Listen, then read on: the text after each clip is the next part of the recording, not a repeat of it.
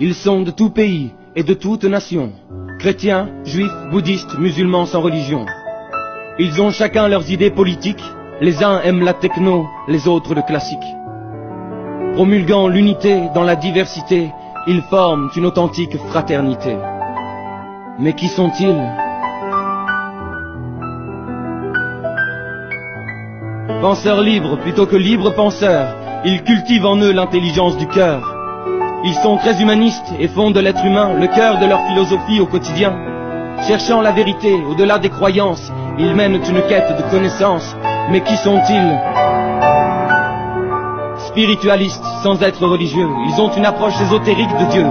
Ils ne voient pas en lui un être surnaturel, mais une conscience, une énergie universelle. Leur enseignement n'est en rien dogmatique. On dit de lui qu'il est profondément mystique. Mais qui sont-ils? Mais qui sont-ils? Ils ne croient ni au paradis ni à l'enfer, pas plus qu'aux démons, au diable, à Lucifer.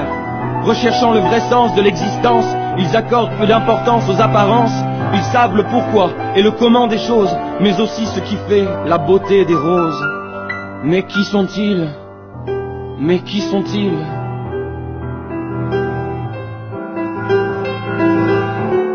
Envisageant la mort comme une transition, la plupart adhèrent à la réincarnation. Ils maîtrisent l'art de la méditation et connaissent les arcanes de l'initiation.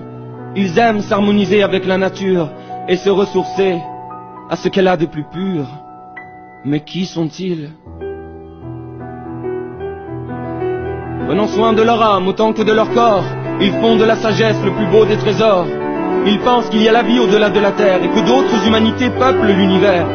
Beaucoup ont vu Avatar, mais aussi Shoah. Ils savent que l'avenir est une question de choix. Mais qui sont-ils? Mais qui sont-ils?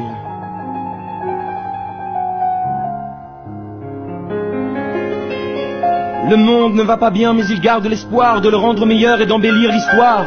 Écrivains, savants, artistes et musiciens, en toute époque et en tout lieu les ont rejoints. Ils ont pour devise la plus large tolérance, ajoutant dans la plus stricte indépendance. Mais qui sont-ils? Mais qui sont-ils?